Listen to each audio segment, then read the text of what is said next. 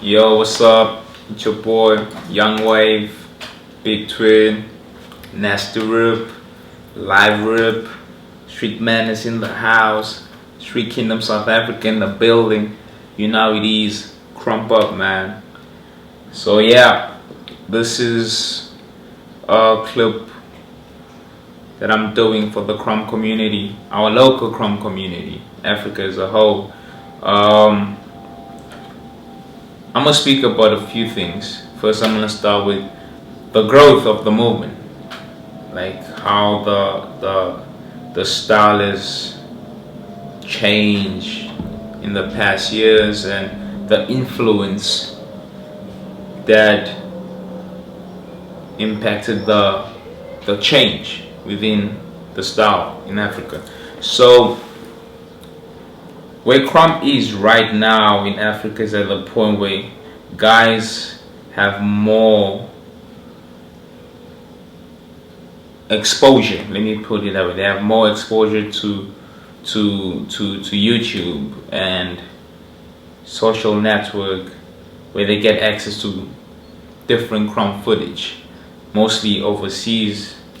And the style in Africa right now, it's highly influenced by overseas, and you do have like a lot of local Krumpers who have unique styles and who were able to understand and educate themselves when it comes to the style and were able to create something of it. So this video will be basically on how Africa can take on the world. Like, what does the world see in Africa's Krump? Because traveling, and when I went to go teach overseas, they were so amused by certain things I was doing. And the certain things that I was doing were certain things that only in Africa that you will find those certain elements. And I'm not saying we are, as African, we are creating a new way of krumping. I'm just saying we are also introducing the world to our own product using obviously the main style, which is Krump. If you look at countries like South Africa, Nigeria, Botswana, Zim, and Mozambique, Senegal as well. Like, I've been watching a lot of clips from different countries within the African continent, and I saw certain things that all these countries had in common. And it's about time for us as Africans to take all those stuff and use it and introduce the world to that. You know, wherever you go, like if you Krump with Krumpers from Europe, you can see how their Krump is different from the state, even though they're influenced by the state. If you go to Russia, you can see they style is different from what you get in Germany. And I remember when Tadais came to South Africa in the year 2012, he was like, there's something unique about South African Krump.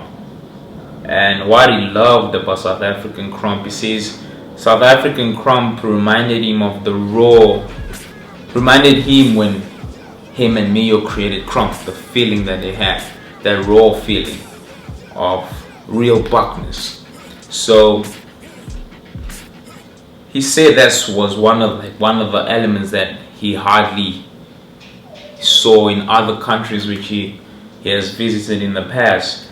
So that marks a point in my mind that as Africa we should highlight that and see how we can take that, since that's one of the strength we have in African Krump, and build from that. So you have also folks, like you have good Krumpers, you have good Krumpers all over the continent, you know, good Krumpers, people like Wolf, who went to Germany in 2012, who represented South Africa at EBS. It was his first trip visiting an international Krump competition like EBS, like the biggest international competition in EBS, and he placed top 4. With the pressure of being there for the very first time and seeing new faces and new Krumpers, he was able to make top 4.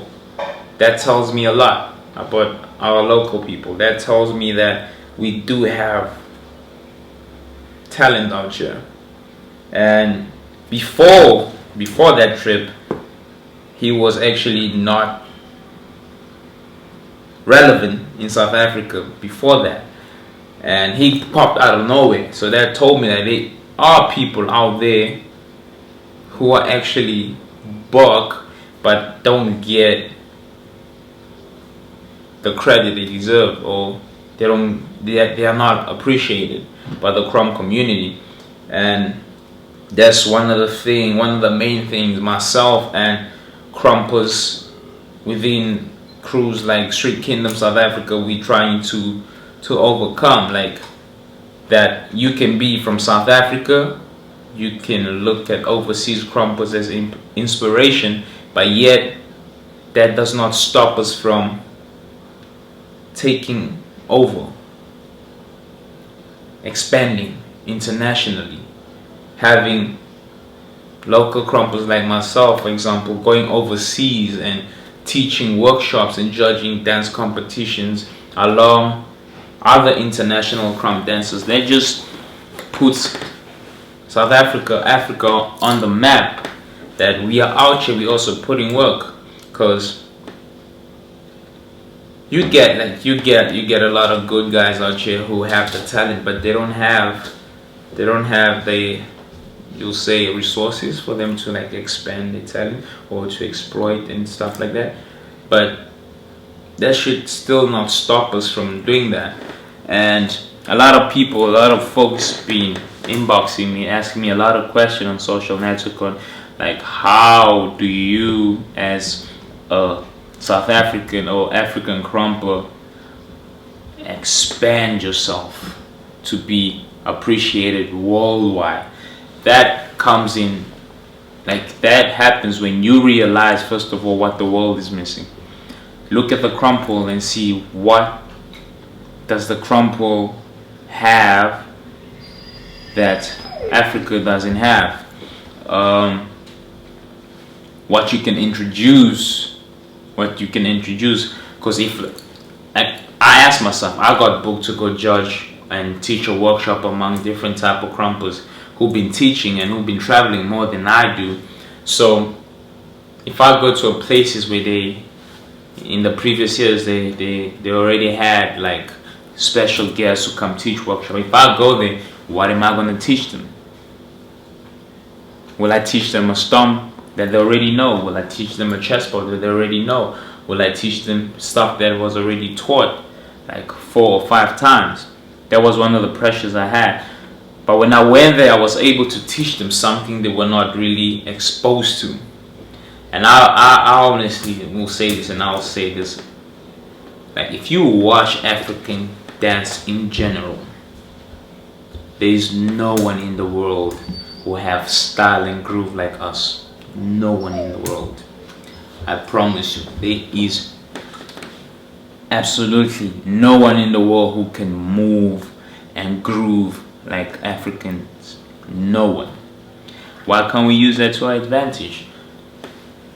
I ask myself that question. How can I make my style appealing to a person overseas, a person who's seen the best technique, the person who's seen the best moves, the best combos? You know, you always gotta analyze Krumpers. You know, most of the guys are exposed to the latest Krump music, the latest Krump footage, but you don't analyze the footage in a way that I can actually see what I can add or remove in my Krump, or what I can add or remove in the style.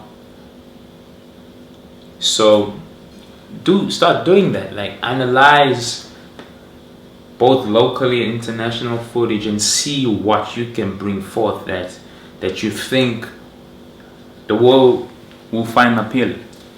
And another thing also I want to speak about is about teaching, like teaching workshops and all that. Like, a lot of people want to learn from myself, from other good Krumpers out there, but they complain of, I don't have the means for me to get to where you are, or I don't have the means for me to bring you down to my city.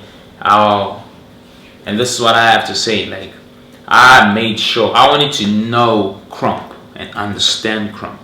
I wanted to learn from the very best. I wanted to learn from people who I used to wake up and watch every day. I wanted to learn from Key Tada-Ice. I wanted to learn from Tada-Ice. And what I did was, had to work for it. I've been crumping for like 11 years now. I had to work for it. I had to hustle, get myself 9-to-5 jobs, save up, work, collab with people, bring down Key Tada-Ice, collab with people, bring Tada-Ice down to the country. So I know that when those people are here, I'm able to learn from them and I'm able to save information. So when they leave, I'm able to spread that information here and use it also to my own advantage.